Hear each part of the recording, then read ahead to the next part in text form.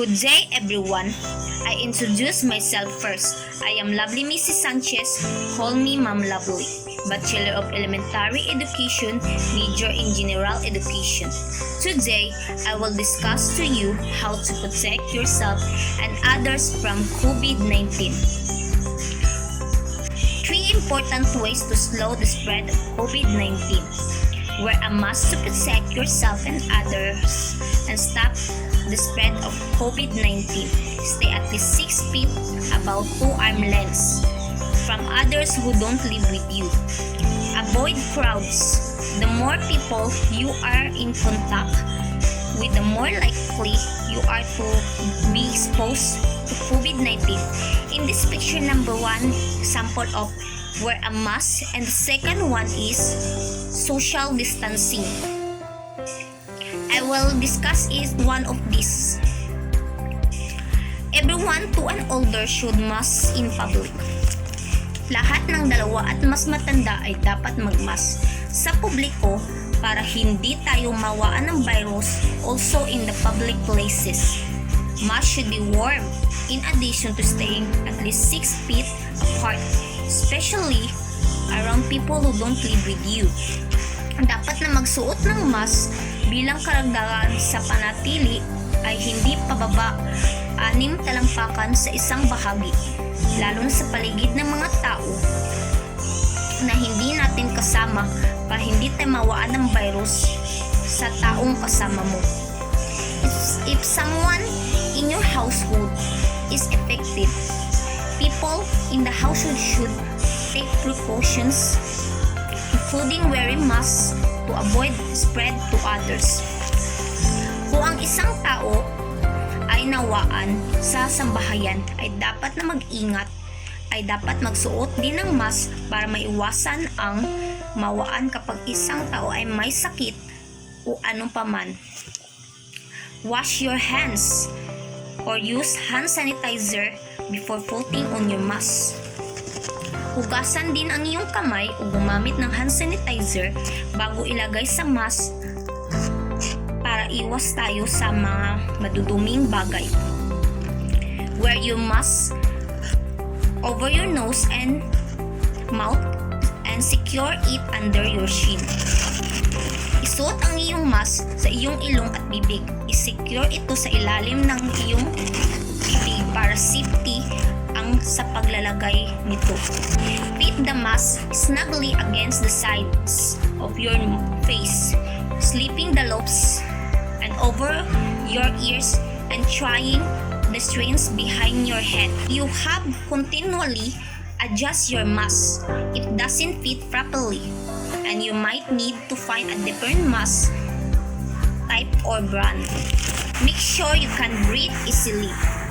Siguraduhin mong makahinga ka ng maigi bago mo ilagay ang mask sa iyong bibig. Stay safe 6 feet away from others.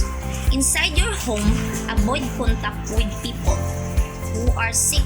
If possible, maintain 6 feet between the person who is sick and others, household members. Sa loob ng iyong bahay, iwasan ang malapit na pakikipag-ugnay sa mga taong may sakit. Outside your home, put 6 feet of distance between yourself and people who don't live in your household. Remember that some people without symptoms may be able to spread virus at least 6 feet, about 2 arm lengths from other people. Keeping distance from others and especially important for people who are at higher risk of getting very sick. Avoid crowds.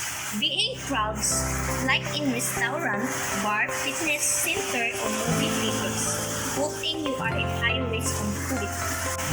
Avoid poorly ventilated spaces.